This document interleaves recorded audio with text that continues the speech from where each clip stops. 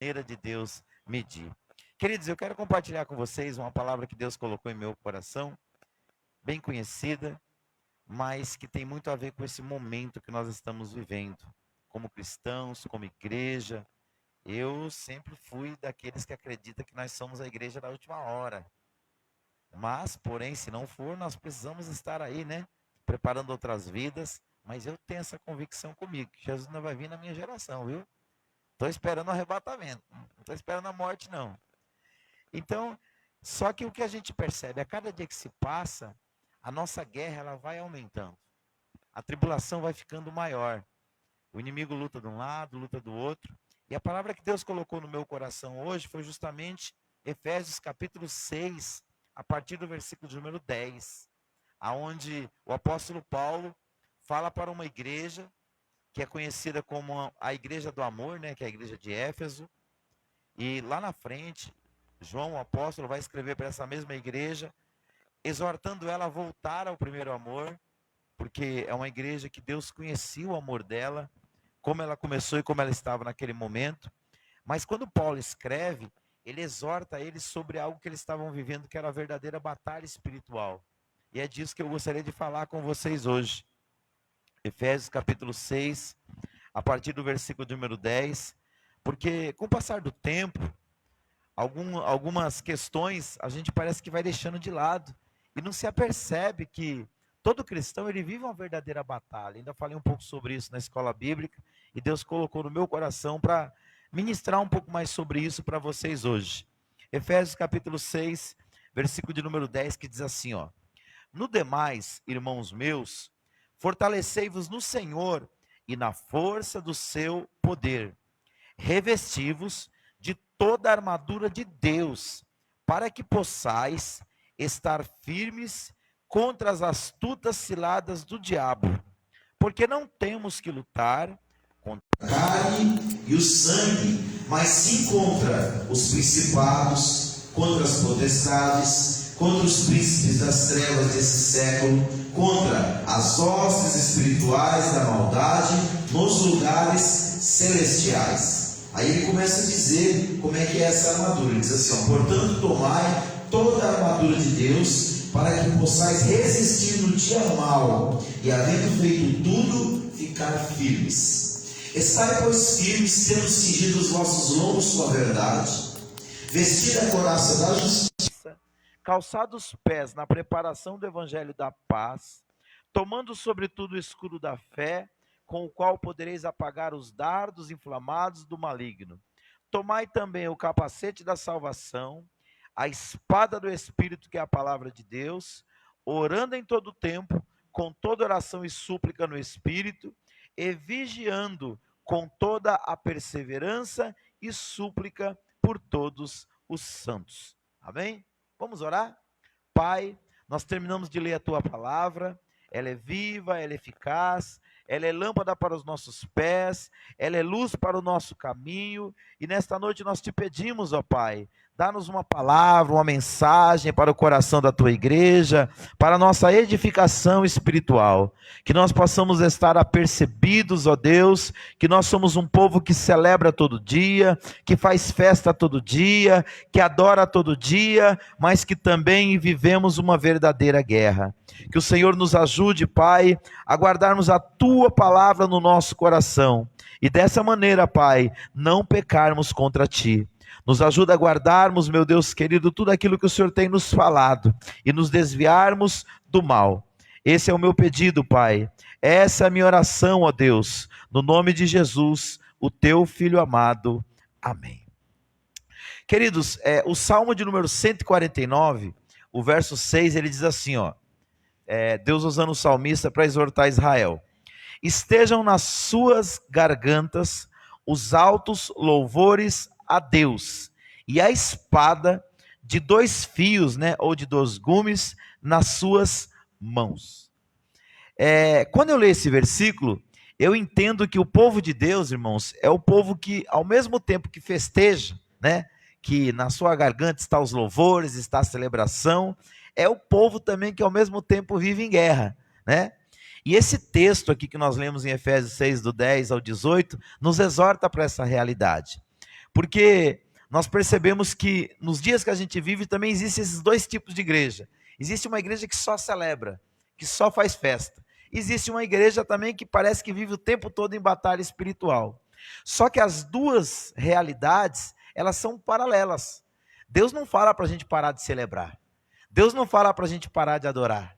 Deus não fala para a gente parar de louvar. Deus não fala para a gente parar de fazer festa. Por quê? Porque nós temos motivo para isso. A própria Bíblia fala: grandes coisas fez o Senhor por nós, e por isso nós estamos alegres. Mas ao mesmo tempo que ele fala que os altos louvores a Deus devem estar na nossa boca, na nossa garganta, a espada tem que estar na mão, porque nós vivemos em guerra.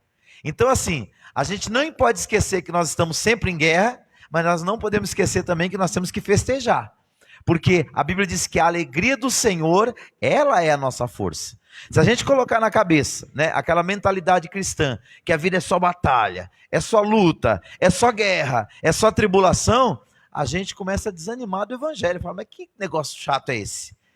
Só que essa é apenas uma parte da realidade. Existe o outro lado. Nós temos muito motivo para celebrar, para adorar, para festejar, para agradecer a Deus. Então são duas realidades que nós não podemos nos esquecer, porque as duas estão presentes nas nossas vidas todos os dias. E aqui, quando Paulo escreve para a igreja de Éfeso, ele lembra eles de uma realidade que a gente não gosta muito de lembrar, né? Uma realidade que o cristão vive uma verdadeira guerra espiritual contínua. Só que o que me alegra, o que me dá força, é que em Romanos 8,37 fala que nós somos mais do que vencedores por aquele que nos amou. Então assim, nós somos o único povo que pode ir para a guerra com uma convicção: seremos vitoriosos. Por quê? Porque quem vai na frente é o general dos exércitos, é o Jeová Sabaó, né? É o Senhor dos exércitos, aquele que nunca perdeu uma guerra. Todas as vezes que o povo de Deus perdeu a guerra, nunca foi por causa do general, foi porque o povo esqueceu de estar em comunhão com o general. Porque em comunhão com o general, o povo de Deus sempre foi um povo invencível. E é por isso que o inimigo vai tentar sempre minar essa nossa comunhão. Então, nessa palavra aqui, logo de início eu quero dizer o seguinte: nós somos chamados para viver, expandir e anunciar o reino de Deus. Agora, enquanto nós estamos vivendo, expandindo e anunciando o reino de Deus, existe um outro reino, que a Bíblia chama de reino das trevas, que vai tentar a todo custo, tentar parar a expansão desse reino, mesmo ele sabendo que os dias dele estão contados, né? O nosso inimigo sabendo que os dias dele estão contados, ele sempre vai tentar travar a nossa caminhada. É por isso que o cristão tem que estar atento, que ele vive numa batalha espiritual, e ele precisa dessa armadura de Deus, para que ele possa vencer a dificuldade. Segundo, o reino de Deus, ele vive em oposição ao reino do mal. E para toda ação existe uma reação. Então, se você está o tempo todo lutando contra o seu inimigo, você tem que estar esperto, porque seu inimigo também está de olho em você, né? E quando a gente se apercebe disso, a gente faz o que Paulo falou aqui em Efésios, capítulo 6, a partir do versículo de número 10. A gente, espiritualmente, a gente se cinge de toda a armadura de Deus. E aqui ele fala dos aspectos dessa armadura. Ele fala que essa armadura, ela começa com a verdade, depois ela passa pela justiça, depois ela passa pelo evangelho da paz, depois ela fala de um capacete que simboliza salvação, porque é aqui que a gente ganha, aqui que a gente perde a guerra. Por isso que a nossa mente tem que ser a mente de um salvo, a mente de um cristão, e a Bíblia chama de mente de Cristo, né? Em quinto, a gente precisa também da espada do Espírito, que é a palavra de Deus. É por isso que Paulo disse lá para Timóteo, né, que procura apresentar-te diante de Deus como obreiro aprovado, que não tenha do que se envergonhar, mas que maneja bem a palavra da verdade, ou seja, que maneja bem essa espada. E a espada, ela não é só um mecanismo de ataque, ela não é só uma arma de ataque, mas ela também é uma arma de defesa. E ele diz mais, em sexto lugar, ele diz assim: orando em todo o tempo. Não é que nós vamos viver o tempo todo de joelho, mas que a nossa mente tem que estar ligada em Deus. Quando sua mente está ligada em Deus, o diabo até tenta usar alguém para te perturbar, para tirar a tua paz, mas quando ele começa a usar dentro do teu coração, você que está conectado com o céu, você fala, opa, eu sei quem está aí. Eu sei quem está querendo perturbar, quem está querendo roubar a minha paz. Você tem discernimento. Por quê? Você está em comunhão, você está em oração. E ele diz mais, ele conclui o versículo 18 dizendo assim, ó, vigiando, né? Porque a gente ouviu muito isso dos nossos pastores. Hoje, depois de muitos anos, a gente entende isso. Que não adianta a gente orar muito se a gente vigiar pouco. Antes que a gente ore menos, mas que a gente vigie bastante. Foi isso que aconteceu com aquele homem de Deus lá, aquele Gideão, que ele levou 32 mil soldados para a guerra. E Deus falou, tem muita gente. Quem tiver com medo, volta para casa. Ele pensou, vai voltar uma meia dúzia. Voltou 22 mil. E ele ficou com 10 mil. Ele falou, com 10 mil ainda dá para fazer um barulho, né? Mas Deus falou, leva esse povo na beira da água e testa eles. Os que dobrarem os joelhos, pegarem água, trouxer na boca, olhando para o lado, você separa de um lado. Aqueles que caírem com a boca lá dentro da água, você separa para o outro.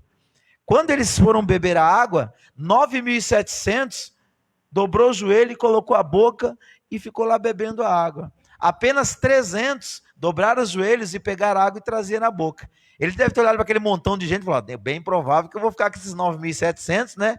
E esses 300 aí, vai embora. Deus falou, Gideão, pega esses 9.700 aqui que não vigia, manda embora para casa. Fica só com os que vigiam. Mas só com isso, Deus E tem mais, você ainda vai dividir eles em 3 grupos. Mas 3 grupos, 100, 100, 100. Ou seja, Deus queria os corajosos, mas Deus queria também os que vigiavam. Porque às vezes a gente recebe tanta bênção boa de Deus, e a gente joga fora por falta de vigilância, né? Por isso que Deus disse, o Senhor Jesus, quando ele estava com os seus discípulos, ele disse assim, olhai, vigiai e orai, para que não entreis em tentação. Porque o espírito está sempre pronto, mas a carne é fraca. Então, orar é importante, mas ter uma armadura também é importante, mas vigiar é mais importante ainda, porque se não vigiar, pode estar armado e estar dormindo e o inimigo vem e mata, não é verdade? Então ele diz assim, vigiando, depois ele fala, vigiando nisto com toda a perseverança, ou seja, não basta só vigiar, também tem que perseverar, porque quanta gente que a gente conhece que começou bem, não é verdade, mãe? Eu estou vendo minha mãe aqui com 82 anos. Quantas pessoas que lá no início da nossa fé a gente via, era aquela pessoa buscando a Deus, orando, na igreja. Só que, irmãos, nada prova mais a gente do que o tempo. A maior prova que todo ser humano enfrenta nessa terra é o fator tempo. Porque o tempo ele revela quem é quem. Eu conheci um pastor que ele dizia assim, não há nada melhor do que um dia após o outro. E não é verdade? Porque um dia após o outro revela quem é quem. Então a maior prova que nós enfrentamos, depois do diabo, do mundo, da nossa natureza, é o tempo. Porque o tempo nos ensina a ser perseverante ou nos ensina a afrouxar. E Deus não quer a gente frouxo, Deus quer a gente perseverante, né? Que a gente insista, que a gente persista. Porque o verdadeiro guerreiro, ele vai na luta até o fim, com toda a armadura de Deus, vigiando, orando, e por fim, ele diz, suplicando por todos os santos. Ou seja, além de você ter toda a armadura de Deus, além de você vigiar, além de você perseverar, Deus ainda fala assim, ó, ore por todos, né? Interceda por todos. E por que isso? Porque a pessoa que é um intercessor, ele tem uma mente diferenciada na oração.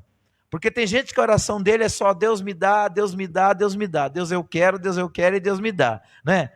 O intercessor não é que ele não vai pedir coisas para ele. Porque, irmãos, a Bíblia fala quem pede recebe, não é isso? Não foi o que a Clécia falou? Quem busca encontra e quem bate a porta se abre. Só que esse é apenas um aspecto da oração. Quando você aprende a ser intercessor, você entende que você faz parte de um corpo. E nesse corpo tem muitos membros e todos precisam uns dos outros. O crente que intercede, ele não tem dificuldade para orar. Porque se ele for dobrar o joelho, ele não tiver palavra, ele começa a olhar para a Maria, orar pelo José, orar pelo Pedro. Daqui a pouco, quando ele vê, ele já orou meia hora. Por quê? Porque ele é um intercessor. Como intercessor, ele lembra das pessoas.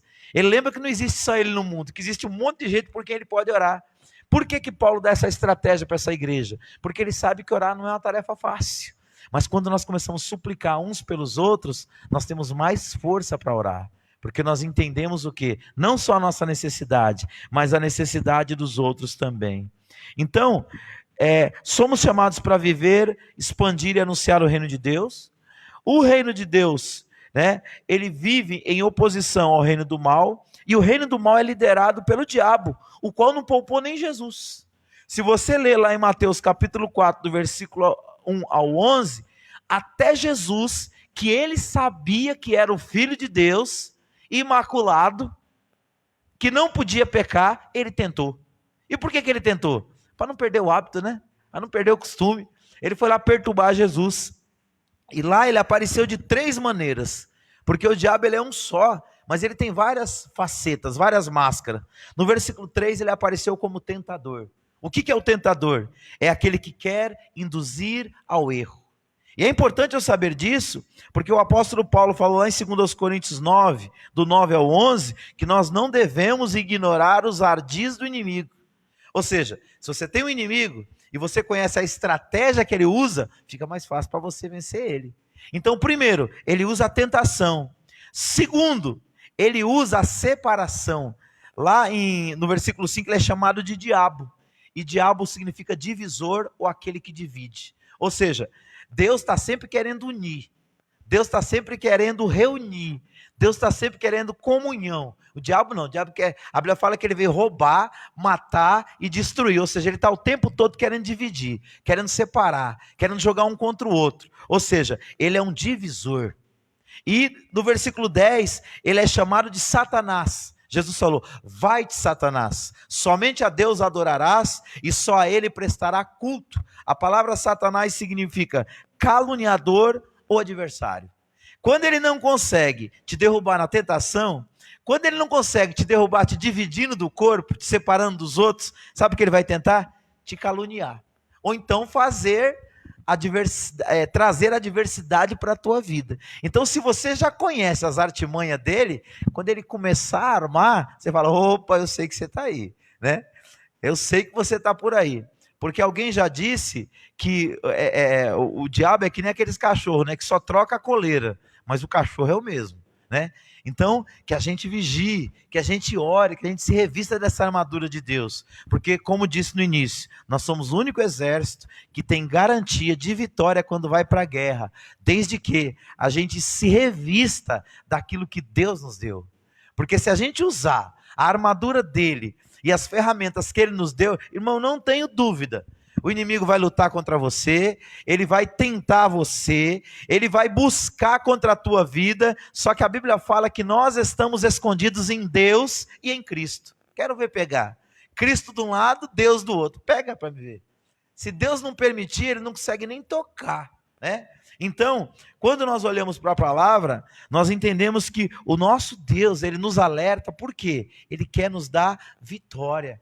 Talvez essa palavra está vindo para a sua vida hoje, porque hoje você está vivendo uma verdadeira guerra contra o inimigo, uma guerra espiritual.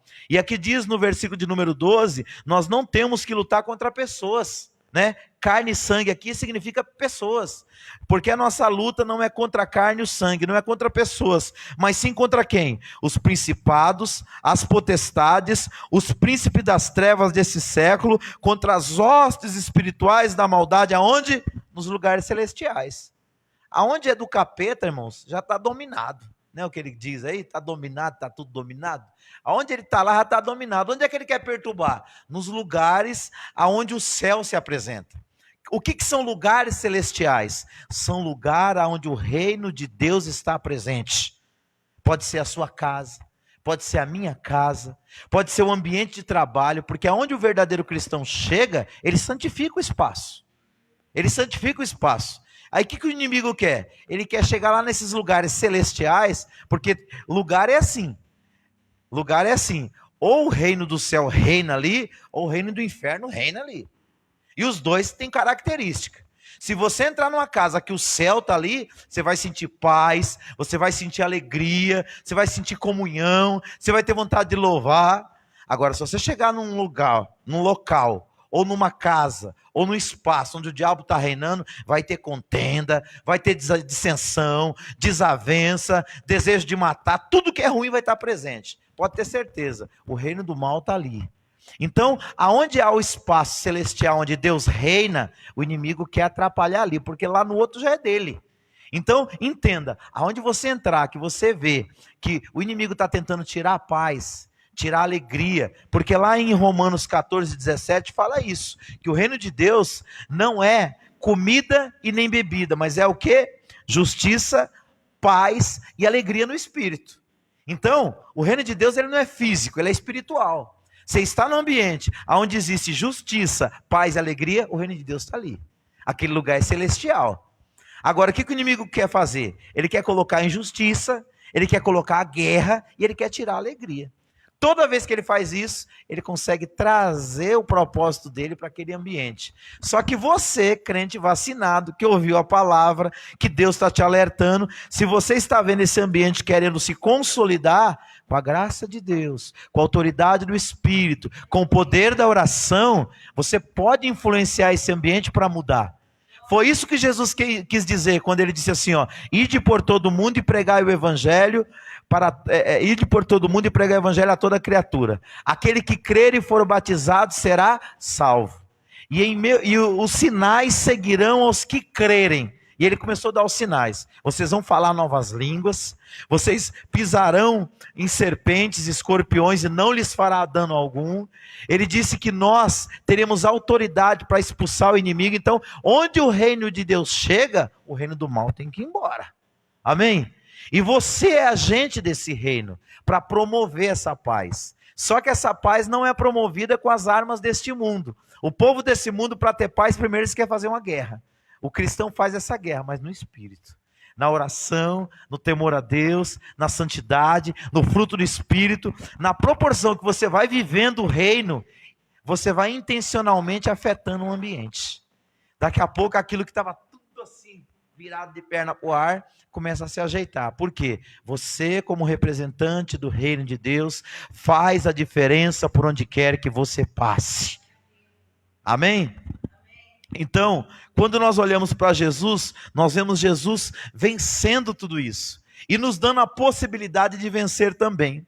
Um outro texto muito interessante sobre esse assunto, irmãos, essa questão da batalha espiritual, da guerra contra o mal e da vitória que o nome de Jesus traz, está lá em Marcos capítulo 5, do versículo 1 ao 20, quando Jesus cura o endemoniado. Olha que coisa interessante, né? Jesus chegou com os seus discípulos numa região chamada Gadara, e ali estava uma pessoa perturbada, e olha o que o diabo faz, no versículo de número 1 a 3, fica claro para nós, que quando o inimigo entra na vida de uma pessoa, a primeira coisa que ele tenta fazer é isolar essa pessoa. Para pensar, toda vez que o inimigo atua fortemente na vida de uma pessoa, ele tenta isolar da família, tenta isolar dos amigos. Se for crente, ele tenta isolar da igreja. Está aqui o versículo 1, 2 e 3 do capítulo 5 de Marcos. E chegaram ao outro lado do mar, a província dos Gadarenos. E saindo ele do barco, lhe saiu logo a seu encontro dos sepulcros. Onde é que o homem estava? No cemitério, isolado de todo mundo. Um homem com espírito imundo, o qual tinha sua morada onde? Nos sepulcros. E nem ainda cadeias o podia alguém prender. Ou seja, o homem estava isolado de todos. Queridos, o único que quer nos isolar é o diabo. Deus não. A Bíblia fala: quão bom e quão suave é que os irmãos vivam em união. E união é estar junto no espírito. Então o inimigo ele vem para separar. O inimigo ele vem para separar casamento. O inimigo vem para separar família. O inimigo vem para separar irmãos. Toda vez que você vê esse negócio de estar espalhando, não é coisa de Deus. O negócio de Deus é unir. Ainda quando ele espalha alguém, é para unir lá do outro lado, né? Porque a Bíblia fala que lá em Atos 8, Deus permitiu que a igreja fosse espalhada, mas era estratégico. A igreja se espalhou e por onde eles iam, eles anunciavam Jesus, e aí o povo se juntava. Então assim, Deus tem os seus propósitos, e o propósito de Deus é o inverso do propósito do inimigo. Está entendendo? Então, muitas das vezes a gente está bem, a gente está em paz, a gente está em comunhão, e o inimigo chega para quê? Para destruir, para colocar um contra o outro, para colocar a guerra. Quando você vê esse tipo de coisa, não é Deus que está atuando. Deus vem para restaurar. Agora, tem um porém também. Há momentos que Deus separa com o intuito de construir. Porque se você estiver do lado de alguém que você quer Jesus e a pessoa não quer Jesus de jeito nenhum, chega uma hora que a Bíblia fala que não pode andar dois juntos se não estiver o quê? De acordo. Se não olhar na mesma direção, vai chegar uma hora que a palavra divisão significa duas visões. Então, quando existe duas visões entre duas pessoas, o que acontece? Acaba no momento um indo para o lado, outro indo para o outro, certo? Mas outra coisa interessante do texto aqui de Marcos capítulo 5 é que nos versículos de número, deixa eu ver aqui, 4 a 5, diz que o diabo não dá paz àquele que escraviza. O reino de Deus, como eu disse lá em Romanos 14, 17, é um reino de justiça, paz e alegria. Agora, o reino do diabo não. O reino do diabo é um reino que não dá paz. Uma pessoa que está oprimida pelo inimigo, ela não tem paz. Versículos 4 e 5. Porque tendo sido muitas vezes preso com grilhões e cadeias, as cadeias foram por ele feitas em pedaços, e os grilhões em migalhas, e ninguém o podia amansar, e andava sempre de dia e de noite, clamando pelos montes e pelos sepulcros, e ferindo-se com pedras. Pessoal, quando você vê uma pessoa que ela está longe de Deus, essa pessoa se fere sozinha.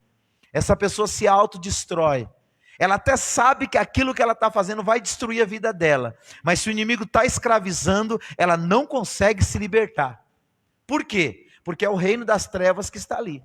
A Bíblia fala, e conhecereis a verdade, e a verdade vos libertará. Se pois o Filho vos libertar, verdadeiramente sereis livres. Então, tem gente que olha para o cristão e fala assim, esse povo não sabe viver. Irmãos, o povo que mais sabe viver é o verdadeiro cristão. Porque a gente não faz as coisas porque a gente não quer. Porque a gente não pode. A gente não faz porque a gente não quer. Porque a gente não precisa daquilo. Tem que falar assim, você não bebe porque você não pode. Eu falo, não bebo porque eu não posso. Eu não bebo porque eu não quero. Eu não uso droga porque eu não quero. Porque eu sou uma pessoa liberta, sou uma pessoa livre. Então, o homem sem Deus, ele é escravo de um monte de coisa. Agora, quando o homem conhece a Cristo, ele passa a ter paz. 3 tipos de paz. Primeiro, ele passa a ter paz com Deus. Porque a Bíblia diz que quando Jesus morreu no Calvário, ele morreu para estabelecer a paz entre o homem e Deus. Segundo, ele tem paz com as pessoas. Alguém pode ser meu inimigo. Agora, eu não sou inimigo de ninguém. Se alguém quiser ter raiva de mim, pode ter, mas eu não tenho raiva de ninguém. Por quê? Porque o reino da paz entrou no meio no seu coração. E terceiro, ele tem paz consigo mesmo. Ele tem paz com a sua consciência. Porque ele sabe que ainda que ele erre, a Bíblia diz assim, que nós devemos confessar os nossos pecados a Deus, e ele nos perdoa. Quando ele nos perdoa, nós passamos a ter o quê? Paz. Então o reino de Deus é um reino cheio de paz. Agora o reino do diabo, meu irmão, o bicho pega lá todo dia, né? Você vê aquela quebradeira, os camaradas começam bebendo amigo, daqui a pouco estão querendo matar o outro. Isso é normal, irmãos? Esse é o reino de Deus? Então, quando nós olhamos, vemos a atuação do Espírito, ela tem traços, ela tem características. Agora, o reino do mal também tem traços e também tem características. Por que eu estou dizendo isso, irmãos? Porque nós, como cristãos, precisamos aprender a identificar isso. Porque senão, nós vamos ficar lutando contra pessoas, achando que é a pessoa que está contra a gente. E, na verdade, muitas das vezes não é a pessoa. Muitas vezes é o inimigo querendo usar a pessoa para tirar a nossa paz. Então, quando nós olhamos para esse texto também, nós entendemos que o diabo não dá paz a quem ele escraviza. E também, ele só teme a uma pessoa. O diabo não tem medo de cara feia, não tem medo de credencial de obreiro, não tem medo de curso de teologia, não tem medo de nada disso. Só que ele tem medo de um homem, ele tem medo de um nome, ele tem medo de uma pessoa, ele tem medo de Jesus. Se você ler aqui os versículos 6 em diante, diz assim, ó. E quando viu Jesus ao longe, correu e o adorou. Olha aí, ó. Já começou a mudar, né? E clamando com grande voz disse, que tenho eu contigo, Jesus, Filho do Deus Altíssimo? Quis até dar uma bajulada, né? Conjuro-te por Deus que não me atormentes. Vivia atormentando o homem e agora não queria ser atormentado. porque ele dizia: sai deste homem, espírito imundo. Quando Jesus mandou ele sair, ele começou a reconhecer que Jesus era Deus, adorou. Depois ele chegou, pediu para que Jesus tivesse misericórdia dele. Isso é o capeta falando na vida, não é o homem não, é o diabo na vida do homem, né? E versículo de número 9, e perguntou-lhe: qual é o teu nome? Jesus perguntou só para identificar, e ele respondeu dizendo: Legião é o meu nome, porque somos muitos. Então, queridos, esse homem ele estava totalmente com a vida destruída, ele não tinha paz, ele vivia isolado. Por quê? Porque o inimigo estava alcançando na vida dele o seu intento, implantar o seu reino do mal na vida dele. Mas tem um nome que ele teme, é o nome de Jesus. Versículo de número 10, e rogava-lhe muito que não enviasse para fora daquela província, e andava ali pastando no monte uma grande manada de porcos, e todos aqueles demônios rogaram, dizendo: manda-nos para aqueles porcos, para que entremos nele. E Jesus logo lhe permitiu, e saindo aqueles espíritos imundos, entraram nos porcos, e a manada se precipitou por um despenhadeiro no mar, eram quase 2.000, e afogaram-se no mar. Irmãos, o que o diabo não conseguiu fazer na vida do homem, ele fez na vida dos animais. É isso que o diabo quer fazer, é matar, é destruir. Então, quando você vê alguém possesso, quando você vê alguém oprimido, porque são coisas diferentes. Possesso, a pessoa perde a consciência como esse endemoniado. Oprimido, o inimigo está atuando, mas a pessoa tem consciência, a sua consciência, mas ela está sendo influenciada pelo mal. Tentado, já é o cristão, que muitas vezes está sendo tentado a fazer o que é errado, mas é um cristão. São 3 estágios diferentes: possessão, perturbação e tentação. Mas nós podemos vencer os 3 pelo nome de Jesus, amém? Então, o que ele fez? Quando você vê uma pessoa assim, o que você deve fazer? Usar das armas espirituais para ajudá-la. O poder da palavra, o poder do nome de Jesus, o poder do relacionamento do verdadeiro cristão, que quando se relaciona com uma pessoa oprimida, uma pessoa possessa, ele tem uma luz que vai mandar embora esse mal. Porque a Bíblia diz que aonde a luz chega, as trevas vão embora. Deus perguntou isso para Jó: Jó, para onde vão as trevas quando a luz aparece? Ninguém sabe, né? Porque na verdade o que existe não é trevas, o que existe é ausência de luz. Chegou a luz, as trevas vão embora. E Jesus disse, ele era a luz do mundo, mas depois ele disse: vós sois a luz do mundo. Então, como luz, irmãos, como luz de Deus, aonde você chegar, Deus vai usar você para brilhar. Deus vai usar você para iluminar. Deus vai usar a sua vida para repreender as trevas. A tua luz vai mandar embora todo o mal, amém? Você crê? Porque nós somos apenas, irmãos, um espelho. Na verdade a luz é Ele, só que a luz dele bate em nós. E quando bate na gente, reflete no outro, amém? Glória a Deus. Muitas das vezes a gente está dirigindo, né? Você não está vendo o sol está lá do outro lado. De repente o sol bate no espelho, ou bate num vidro de um carro e bate no teu olho, dói. Você viu o sol? Não, você só viu o reflexo do sol.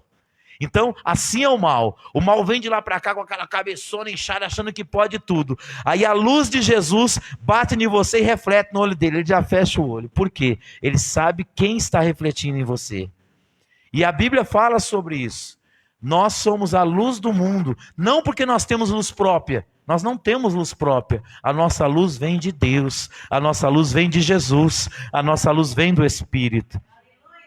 Então que nós entendamos nesta noite, irmãos, nós vivemos uma verdadeira batalha espiritual, e tem muito crente que não entende isso, e por isso está esfriando na fé, está desistindo do evangelho, aos poucos vai se desanimando da caminhada, pessoas que estão abandonando o seu ministério, pessoas que têm dons maravilhosos de Deus, mas que não para meditar que está numa guerra espiritual. E vou falar para você, o diabo tem várias maneiras de derrubar uma pessoa. Uns ele derruba tirando coisas, outros ele derruba dando coisas. E ele disse isso para Jesus. Ele levou Jesus no pináculo do templo e ele disse: tudo isso te darei se prostrado me adorares. Ele tem um monte de coisa que ele domina para dar. Não é nada dele, né? Porque ele usa tudo que tem de bom na terra é de Deus. Mas muitas das vezes ele usa as coisas boas para derrubar as pessoas. Então, que a gente tome cuidado, irmão. Tudo que nós temos de Deus, nós somos apenas mordomos. Nós só cuidamos, porque um dia a gente vai embora e fica tudo aí para os outros. Então que nada nos separe do amor de Deus que há em Cristo Jesus, como disse o apóstolo Paulo. Há uma guerra, mas há uma vitória também da parte do Senhor para nós, amém? Vigiai e orai. O espírito está sempre pronto, mas a carne é fraca. Mas o espírito está pronto. Essa foi a palavra de Jesus. E é nesse poder do Espírito de Deus, sobre o nosso espírito, que nós temos uma luz diferenciada e que nós vamos vencer essa guerra para a glória de Deus. Se coloca de pé em nome de Jesus. Vamos orar. Pai querido, Deus amado, nós compreendemos nesta noite, Deus, que nós vivemos uma verdadeira guerra, uma verdadeira batalha espiritual, Senhor. E muitas das vezes, Senhor, nós nos esquecemos que nós temos um inimigo, e que esse inimigo é muito inteligente, que esse inimigo é sagaz, ele é astuto, Pai, e que durante milhares de anos, ele vem aperfeiçoando as suas táticas de guerra, Pai. Mas, meu Deus, nós temos também o Teu Espírito, meu Deus, nós temos também a Tua Palavra, meu Deus, nós temos também a Tua armadura, Pai, e nós só venceremos esta batalha se nós nos revestirmos de toda a tua armadura, e depois disso vigiarmos, e depois disso perseverarmos, e depois disso suplicarmos pelos santos, ó Pai, que estão passando por guerras e tribulações. Senhor, nesta noite o Senhor abriu os meus olhos, o Senhor abriu os olhos desta igreja, Senhor, e nós queremos vencer esta batalha todo dia, Pai. Nós não queremos ser dizimados pelo mal, por isso nós precisamos ter os nossos olhos voltados para o Senhor, que é autor e consumador da nossa fé, Pai. Meu Deus, nos ajuda, Senhor, a perseverarmos em Ti, a estarmos vigiando a cada dia, para que o nosso adversário, ele não encontre brecha, ele não encontre espaço, ele não encontre, meu Deus querido, em nenhum momento da nossa vida, a oportunidade para nos derrubar, mas que em nome de Jesus, esta igreja, este povo, ó Pai, possa perseverar diante de Ti, cheio do Teu poder, cheio da Tua graça, vivenciando o Teu governo, que é o Teu reino, Pai, e é um reino de justiça, é um reino de paz, é um reino de alegria, Senhor. Isso nós queremos viver, isso nós queremos manifestar, Pai, isso nós queremos levar para onde nós formos, seja no nosso lar, seja no nosso trabalho, seja na nossa vizinhança, seja na casa dos nossos parentes, Senhor, aonde quer que o Senhor nos enviar, nós queremos manifestar o Teu reino, a Tua justiça, a Tua paz e a Tua alegria, Pai. É isso que eu Te peço, é isso que eu declaro sobre a vida da DJL, sobre a vida de cada irmão que aqui está, sobre a vida daquele que nos acompanha por esta live, Senhor. Deus, que a manifestação do Teu reino seja real na nossa vida, Pai, para a glória do Teu nome, é o que eu Te peço, Pai, no nome de Jesus, amém. Glória a Deus. Irmãos, Deus me fez lembrar uma coisa agora aqui, às vezes lá em casa, nós, muitos irmãos, né, tinha época que a gente estava um pouco afastado da igreja, e de repente a gente começava a desentender. E aí, homens, né, 6 homens dentro de uma casa, mas meu pai, a gente começava a levantar a voz. Aí essa baianinha aí, ó, ela começava, o sangue de Jesus tem poder, o sangue de Jesus tem poder. Ela começava baixinho, ó. Quando ela via que a voz baixinha não resolvia, ela começava a aumentar a voz. Jesus, tem misericórdia de mim. Jesus, tem misericórdia. Irmãos, aquilo era que nem um tiro no coração da gente. Mas na verdade não era na gente, era no inimigo, né? E aquilo começava a gente se sentia constrangido com aquilo. Aí alguém chegava, calma, a gente não vai brigar mais não. Não vai, sabe? Era estratégia, né? E depois de muitos anos eu vi isso também. Às vezes no quintal ela começava a ter alguns embaraços. Aí ela começava a clamar em alta voz. Irmãos, quando você clama ao Senhor, alguma coisa acontece. As armas da nossa milícia, elas não são carnais, mas elas são poderosas em Deus para a destruição de fortalezas. São armas espirituais que desarmam o inimigo. Porque quando o inimigo sai, irmãos, a pessoa fica bobada, não sabe nem o que estava fazendo ali. Por quê? Porque o inimigo foi embora. O que Deus está dizendo para nós, você está numa guerra, você vai vencer com as armas espirituais. Você está num período de paz, continua se preparando, porque no dia que chegar o dia da guerra, você está pronto e preparado. A Bíblia chama esse dia de dia mau. E uma hora ele chega. Mas quando ele chegar, se você estiver preparada, a vitória já é sua, em o nome do Senhor Jesus. Amém? Nós vamos para o nosso lar agora, mas guarda essa palavra no teu coração. Domingo nós temos culto com as mulheres e a partir do próximo domingo, 9 horas da manhã, nossa escola bíblica. Amém? Nós vamos avisar lá no grupo, reforçar. Quem puder participar, vem estar com a gente. Será todo domingo, das 9 às 10h30. E na quarta-feira, nós abrimos espaços aí, das 8 às 9 da noite, para fazermos culto nos lares. Já tem 4 lares marcados. Então são 12 semanas já aí de culto que nós vamos estar cultuando a Deus. Amém? Depois a gente passa os lares direitinho. Faça assim com as suas mãos.